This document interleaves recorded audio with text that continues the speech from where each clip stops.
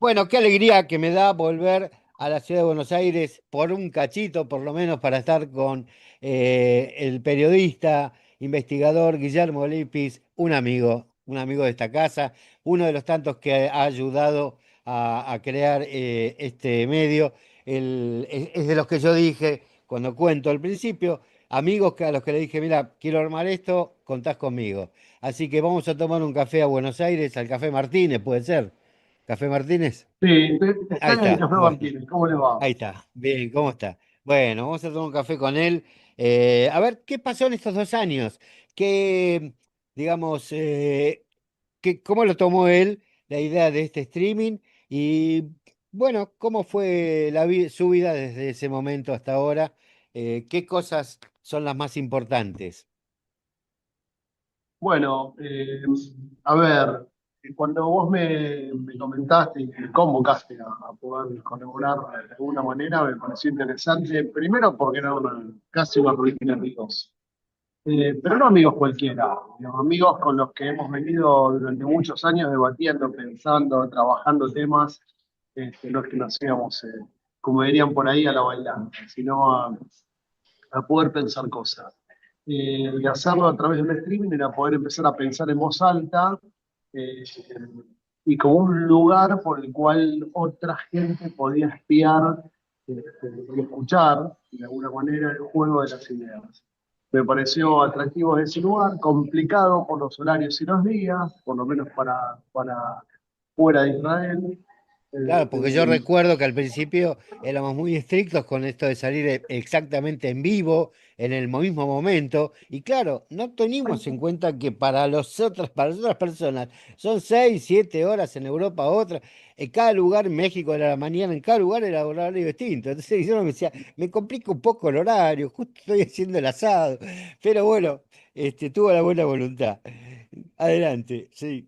Este, pero independientemente de eso, me parece que el programa fue tomando vértigo, fue tomando un color, fue tomando una personalidad que era una construcción colectiva, este, coordinada, pensada, llevada adelante siempre, todo el tiempo por vos, Marcos. Eso creo que nadie va a dejar de reconocerlo como un nudo, yo diría, por el cual atravesamos, las personas y las ideas, algunos un domingo, otros, algunos con más asiduidad, otros con menos, digamos, pero vos ahí siempre presente y firme con la idea de poder, nada, jugar con la palabra, con el pensamiento y poder desarrollar por lo menos algunas ideas críticas en un momento complejo, tanto para Israel como para otras partes del mundo, ¿no?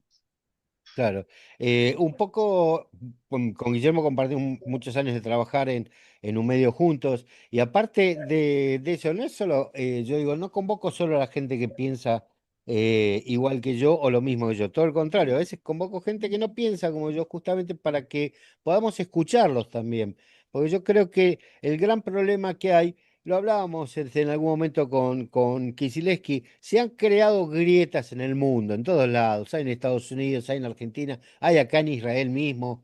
Fue una determinación esta de crear grietas, de crear separaciones, de que es una cosa u otra. No hay posibilidades de crear puentes, porque son uno u otro. Y no es verdad. Yo digo que hay más cosas que nos unen de las que nos separan. Entonces, bueno, vayamos a buscar esas que nos unen. Por supuesto, yo no tengo nada en común con aquel que dice que quiere que desaparezca Israel, no tengo nada en común con aquel que dice que los judíos son culpables de la invasión en Celta. En fin, no tengo nada en común con aquella gente que es fundamentalista de sus ideas y que no permite tampoco la posibilidad de entender si es que está o no equivocado. Tampoco está en mí juzgarlo, pero digo, yo no tengo nada que ver con ellos. Entonces no le voy a brindar mi espacio porque me parece que son ideas que destruyen. Y creo que lo que proponemos nosotros son cosas que construyen. Te pueden gustar o no, podés estar de acuerdo o no, puede ser de derecha, puede ser de izquierda, pero de alguna manera son pensamientos de gente sana, de gente responsable de lo que dice, gente coherente en lo que dice y en su vida. Y bueno, yo es lo que yo digo, gente seria, digamos, gente que se puede tomar en cuenta, que piensa antes de hablar. Yo, Bueno, vos sabés, Marco, yo la verdad que llegué hoy a la mañana, a la Sí, Argentina. increíble. Estuve allí una semana dando vueltas por distintos lugares, probando, mirando, conversando con alguna gente. Veo lo que pasa en Argentina, veo lo que pasa en Estados Unidos. Hay, creo yo, una intención desde distintos países. No quiero hablar particularmente de Israel, pero sí quiero que esté incluido. Me refiero a los gobiernos en este caso, no a las personas, no al ciudadano común. Creo que hay una estrategia deliberada de seguir profundizando en la grieta. En Argentina la grieta hoy es mucho más profunda que en la época de Kirchner con Macri, mucho más profunda. Eh, lo mismo pasaba en Estados Unidos, lo mismo está pasando en Brasil, en la campaña entre Bolsonaro y Lula, lo mismo está pasando en Israel, digamos, entre la gente que apoya a Bibi Netanyahu y la gente que cree que ese gobierno no puede seguir. Este, pero sí creo que esto está deliberadamente manejado desde el poder porque es el famoso divide y triunfarás. Claro, Que eso no siga ocurriendo en cualquiera de estos países va a depender de nosotros como ciudadanos comunes. Y por eso yo creo que un programa como el tuyo, y permitime decir como el nuestro, de algún modo sano, quiero así es. apropiarme de la parte más pequeña que me corresponde, más No, pequeña, lo pequeña, es. porque es pequeña, pero digo, va a depender de nosotros que podamos seguir pensando deliberadamente en contra de eso. Eh, a ver, en Argentina este, se dice que los límites de la democracia son la dictadura, no son en la derecha. Ahora, cuando hay una derecha férrima, como ocurre en este momento, que usa la democracia para imponer incluso algunos sistemas de gobierno o políticas que son más arriesgadas, más osadas que las que usó la dictadura, sobre todo en términos económicos o en términos, no puedo hablar represivos, pero sí en términos económicos, eh, bueno, entonces tiene que haber límites, no de diálogo, sino de poner fin a determinadas cosas que lo que hacen es dividirnos para que algunos, que no somos nosotros, triunfen. Esto está Mm, pasando en Israel, está pasando en Estados Unidos, está pasando en intentos en Brasil, ahora con la campaña de Luis Bolsonaro, y está pasando también en Argentina. claro, Después, bueno, veremos qué sigue ocurriendo en Ecuador, en Colombia, con el cambio de gobierno, en Perú, con el cambio de gobierno, veremos qué pasa en esos lugares. claro. Bueno, yo quiero pensar que somos más los que queremos vivir en democracia, vivir libres, que a mí no me gusta que me extremicen, que me digan, no, si pensás así, andate a Cuba, andate a Venezuela o andate a vivir a Estados Unidos. No, yo quiero vivir donde yo vivo y permitirme a todos tener el derecho de pensar libremente y pensar diferente. Yo quiero férreamente apostar a que se puede pensar diferente, porque eso es lo que nos puede enriquecer. A mí escuchar a los que piensan igual que yo, me gusta, en algunos casos es gente a la que estimo, quiero, algunos solo ni los conozco, pero pueden ser simpáticos, pero yo quisiera tener la posibilidad de escuchar a aquel que no piensa como yo, para ver en qué mi pensamiento puede ser modificado, cuál es la crítica a lo que yo pienso.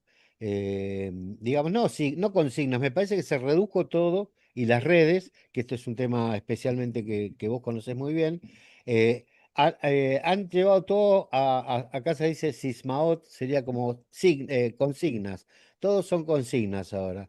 Ya no hay pensamientos profundos, todos son Bueno, consignas. es que las redes no lo tuvo. Porque las redes tienen como un camisa acabado relacionado con la síntesis, por un lado. Y por otro lado, la vertiginosidad de la información, este, también deliberada, es cierto, y hace que en muchos casos ni siquiera, ya lo hablamos esto, nosotros, digamos, en muchos Ujú, casos se omita hasta las fuentes. Entonces parece que cualquiera tiene la verdad y cualquiera se publica, entonces está calificado para eso. Y la verdad es que no es así.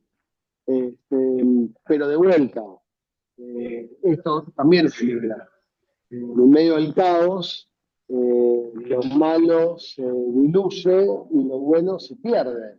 Entonces uno no termina sabiendo qué es qué, quién es quién, cuál es la verdad.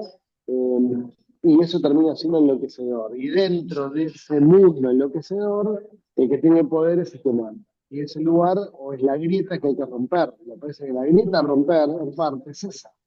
Es una grieta donde hay que recuperar algunos aspectos de la moralidad de los gobiernos y pensar en el bien común. Yo digo, un ejemplo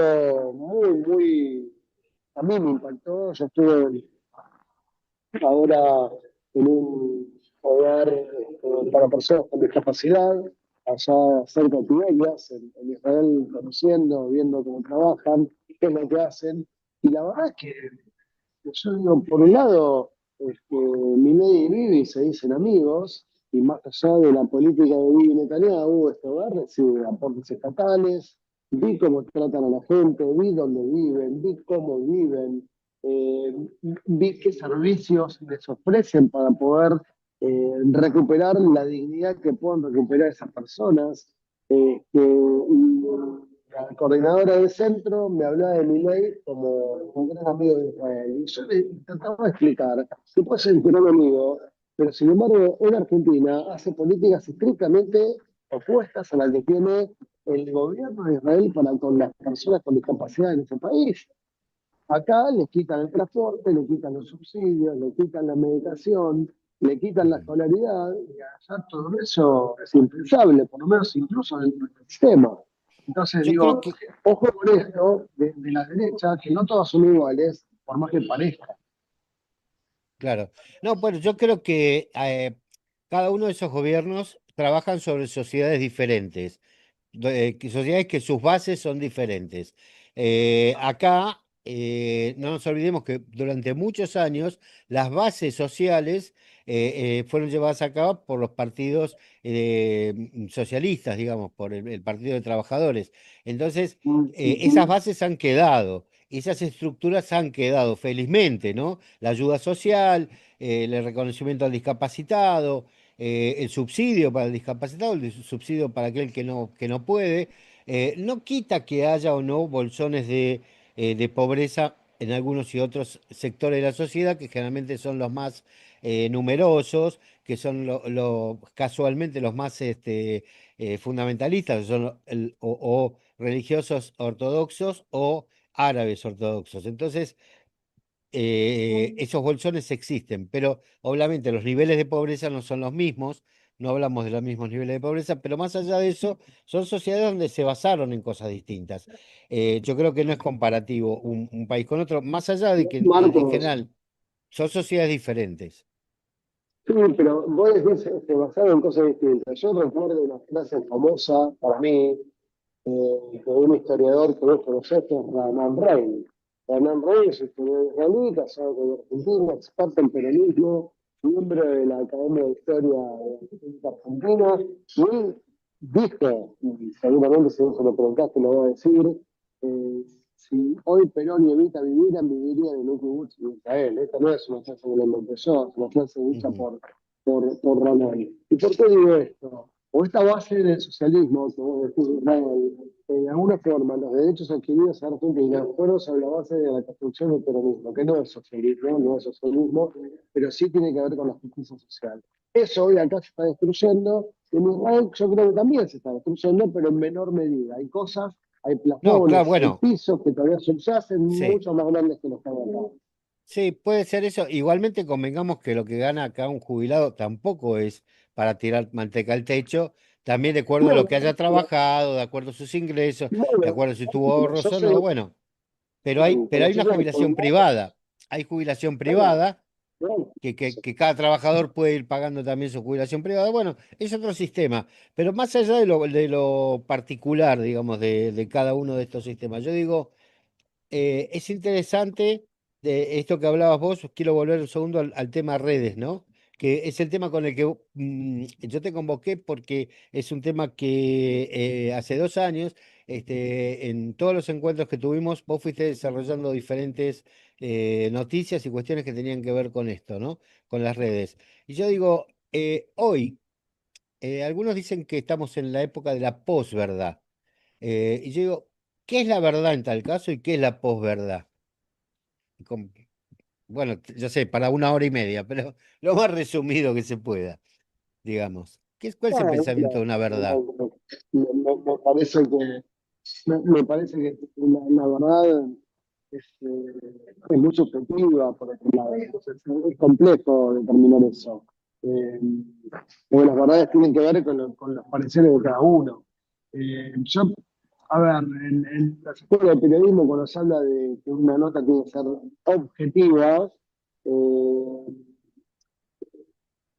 es difícil definirlo, digamos, pero conceptualmente tenemos que ser aquellas cosas donde la gran mayoría de un colectivo social interpreta del mismo modo. Eh, a partir de eso puede haber una verdad social, una verdad colectiva, digamos. Y muchas veces las verdades son diferentes en ese aspecto, porque muchas veces una verdad jurídica no es la verdad real. O sea, eso acá está muy impuesto en esta última etapa y hago cotación a lo que vos decís, siendo un tema también comunitario, si querés, al juicio en ausencia por la AMIA, donde va a ser muy difícil que una persona se defienda no estando en el juicio, más allá de que lo acusen, sea después o no culpable. Yo no estoy planteando eso. Pero digo, ahí va a haber una verdad jurídica. O sea, alguien va a terminar imputado en una causa, en el juicio por ausencia, pero ¿por qué, por ejemplo, la gente de memoria activa se retira de ese juicio? En realidad no se retira, dicen, no van a presentarse como denunciantes, porque saben que si no hay defensa en juicio, eh, quien resulte en ese juicio, por ejemplo, con una condena, es una condena relativa porque no pudo defenderse. Así queda responsable. Entonces, Ujú. el poner la verdad en ese juicio, para memoria activa no va a haber verdad, y como no va a haber verdad, real, no jurídica, decide no presentarse como denunciante. Es muy Ujú. complejo esto, es muy complejo. Claro. Por eso digo que está relacionado con el tema de la objetividad y subjetividad. Bueno, yo te puedo mostrar algo que es rojo, todos coincidimos con rojo, entonces esa es una verdad, si querés, colectiva. Y alguien puede decir es azul, y bueno, esa es la verdad para esa persona. Qué sé yo. No quiero Sí, hacer en filosofía, no quiero general yo tenía una amiga que tampoco, me pero decía que hay tres verdades, que es la tuya, la mía y la de Dios. Bueno, ella y creyente. bueno, y Este, bueno. eh, y yo digo, si no podemos llegar a coordinar por lo menos una verdad colectiva, como vos bien vos decís, qué difícil es poder establecer bases para un diálogo, ¿no? O sea, ¿cuáles son las cosas verdaderas? ¿Cuáles son las cosas que en realidad pasan? ¿Qué es qué es Bueno, lo real? pensando en una política de Estado, uno debería poder pensar que esa verdad colectiva de la que vos hablás debería ser, por ejemplo, cinco propuestas básicas que cualquier gobierno que asuma, sea de la línea de que asuma, tiene que comprometerse a seguir adelante. Y ahí hay una verdad nacional, una Claro, social, una verdad colectiva. ¿Verdad? En términos que todos la reconocen como tal y bajo esas emisiones esos cinco consignas de política de Estado se llevan a cabo.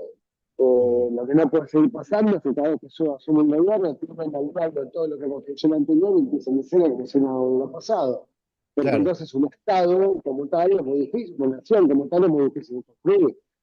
Porque siempre arranca de claro, cero, si arranca no, de un hotel, como diría Charlie claro, García. claro, claro. Bueno, está muy claro, esto lo vemos como cualquier construcción, ¿no? Una vez que tenés la base, sobre ahí se hace un piso sobre piso. Habrá un piso que sea Bueno, de una manera y otro que tendrá otras comodidades, pero sin duda que habría que. Ahora, el gran problema justamente acá es ese. Israel se debate todavía entre el tema de si seguir con Netanyahu o no seguir con Netanyahu, y Netanyahu se debate entre si poder seguir siendo primer ministro o ir a la cárcel. Entonces se hace muy difícil poder establecer los que son pro Bibi Netanyahu, tienen dos cosas, quieren que él siga y no quiere que vaya a la cárcel, por un lado.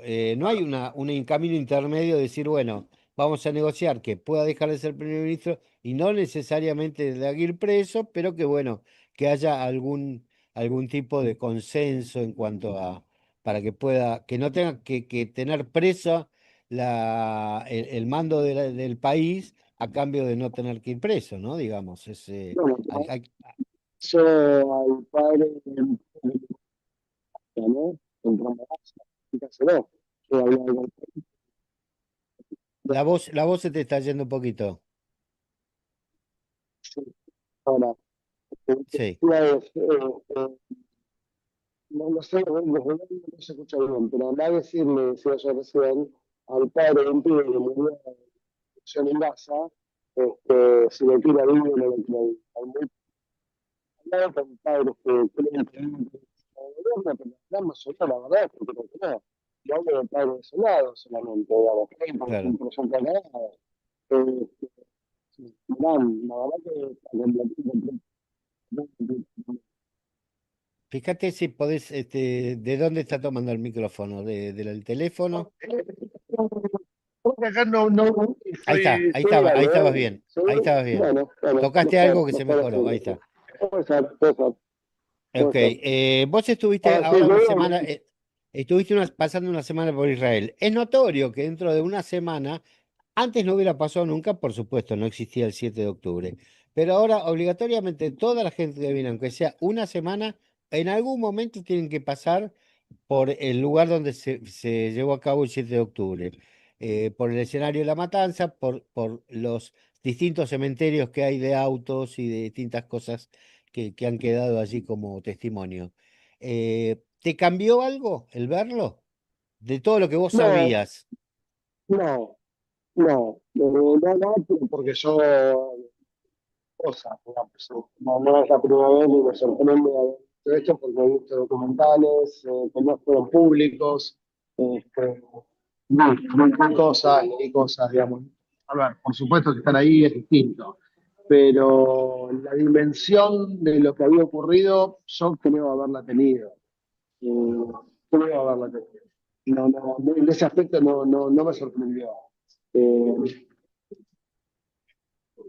Me sorprende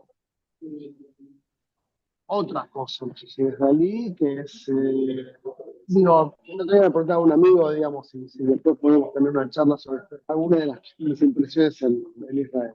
A ver, Ujú. ¿qué cosas me sorprendieron? Me sorprendió no ver una sociedad tan militarizada como otros años. ¿Qué quiere decir con esto? No vi tantos pibes caminando por la calle con su fusil colgado. Pero también creo que no vi tantos pibes caminando por la calle con su fusil colgado porque creo que están en frente de batalla. O sea, hoy están de alguna forma convocados. Hay Pero muchos no movilizados, vi sí. muy claro, por eso, digamos, te digo, en el muro de ornamentos, en el cóctel, vi contado con los dedos de una mano. Y no eran de ejército, eran de aviación. Eh, eh, el Nova, el Nova, y estoy pensando dónde más fue, en otro lado, en Nova y en el cementerio de autos, yo creo que debe haber sido el mismo grupo de los soldados de ejército, que yo creo que deben ser pibes que están entrando para hacer esos primeros pasos, que se van a conocer el lugar. Ujú. Pero no vi tanta gente militarizada en la calle. Me sorprendió eso, me sorprendió ver ciudades sucias, me sorprendió ver Jerusalén sucia, me sorprendió ver eh, algunos sectores de Tel Aviv sucio, me sorprendió ver eh, Tzfat muy sucio, muy sucio. Y cuando pregunté cuál era el motivo, y fíjate cómo se conecta lo religioso con la política, es porque me dicen que en general los religiosos que viven en estas ciudades no pagan impuestos, y cuando no pagan impuestos, merman algunos servicios, entre otros el tema de limpieza. Entonces, una ciudad como Tzfat, una ciudad Es raro, súper turística, bueno, sí, pero es raro, pero es una respuesta.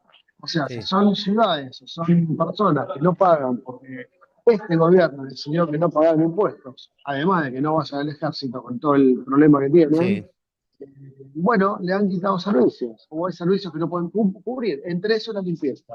Y una ciudad como Ujú. Oxford, que es una ciudad preciosa, una ciudad vinculada con la Kabbalah, una ciudad turística con cierto magnetismo, hoy es una ciudad sucia. Si vas, lo vas a ver. No, yo Cartones reconozco que tirados. hace mucho no voy, pero nunca la vi de esa manera. Nunca la vi sucia. Pero reconozco que hace Bueno, muchos años que no voy. bueno, Muchos años que no voy. anda, Pero al lado bueno, lo hay vas a cosas ver. que, por ahí algunas cosas han cambiado, seguramente. Bueno, pero vos notás que me impactó lo cosmopolita, cada vez más cosmopolita de Tel Aviv, donde la guerra seguramente se notó menos, donde la gente consume, donde la gente está en la playa caminando y corriendo hasta las 11 12 de la noche, como que estuviera en un bar de Buenos Aires. Eh, Digo, indudablemente hay un intento de superar toda la situación de la guerra y al mismo tiempo hay un padecimiento crítico, te diría yo, mucha gente preocupada por el destino sin saber a quién carajo votar. Permítame que disculpe si lo digo Sí. de esta términos, pero en realidad creo que está bastante partido todo esto. Y es como un dolor en secreto, digamos, nadie lo habla, todo en algunos lugares funciona como si nada estuviera pasando, pero han pasado cosas serias, muy serias. Claro. Bueno, está bien. Yo creo que el no saber a quién votar a veces también tiene que ver con que todavía no tenemos claros los candidatos en muchos casos. Entonces, bueno, a pesar de que no falta tanto, eso me llama, yo digo, lo que me llama a mí la atención y que la entiendo por la cuestión de la guerra y que hay mucha gente movilizada y demás, que todavía las campañas no se hayan puesto tan firmes, ¿no? Faltando tan poco, porque en definitiva 2 meses prácticamente políticamente no es tiempo. Algunos No, partidos no, están trabajando mucho más y otros que se escuchan por ahí poquito, poquito, igual todo es muy, muy, muy poquito lo que se escucha. Guille, yo te quiero agradecer la presencia en este programa 100. La verdad que es muy lindo escuchar a alguien que viene de afuera, que no está afuera, pero viene de afuera, vive afuera y vuelve a ver esto porque ya no es la primera vez que llegas a Israel y volvés a ver no, y, no. y, y te encontrás, tenés con qué comparar, con tu antes y tu ahora, ¿no? Sí, sí, Este, igual ahora, en esta oportunidad hacía 15 años que lo digo, mucho tiempo, sí, pero bueno, no es que estuve 15 años vinculado, digamos, en todo caso 15 años sin viajar, pero digamos, claro, conectado todo el tiempo. Eh, pero no tengo el recuerdo de estas particiones en las ciudades de lo social, digamos. Tal vez lo podía ver en Medellín, qué sé yo, digamos, en el Brac, digamos, pero me parece que son cosas que se pueden ampliando. Y la verdad es que hay gente que dice, los religiosos son sucios. No, no es un problema de sucios, es un problema de no pagar impuestos. O sea, me lo plantean claramente, no pagan impuestos. Y si no pagan impuestos, las ciudades o los lugares donde ellos habitan no están siendo mantenidos como corresponde. claro, no Ahora, tienen no es la recursos. opción. Claro, porque la dimensión es, que el cambio es que, bueno, que hacen lo que hacen porque de esta forma consiguen, Netanyahu consigue el voto. Es mucho más que eso el perjuicio en la sociedad.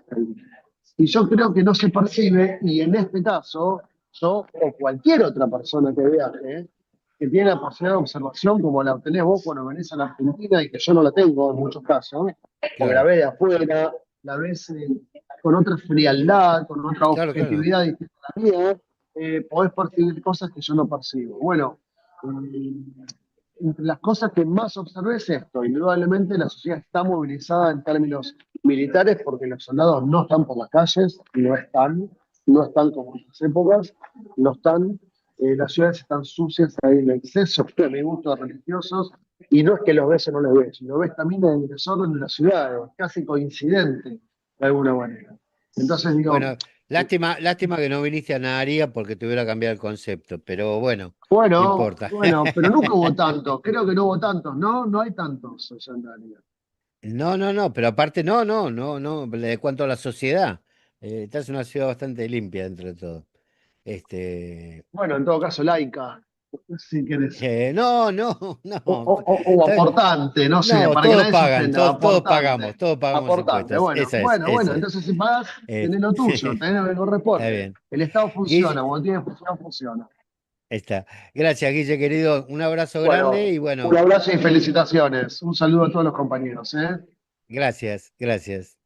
Que estén muy Serán bien. dados. Chau, chau. Chau, chau. Guillermo Lipis de la ciudad de Buenos Aires, recientemente llegado de Israel. Miren ustedes, qué lindo. Felicitaciones Marcos y felicitaciones también a La Voz de Naría por los 100 programas y les deseo que por muchos más. Un besito. Hola Marco, ¿cómo estás? Quiero enviar este saludo a propósito de los 100 programas que están realizando en la voz de Najarilla, desear que el Eterno, el bendito sea, les bendiga. Y desde el sur de Chile, la zona más austral, también les enviamos un cariñoso saludo y deseando que tengan muchos éxitos y que sigan realizando esta hermosa labor de comunicar, de informar y sobre todo de apoyar a Israel. Un abrazo grande.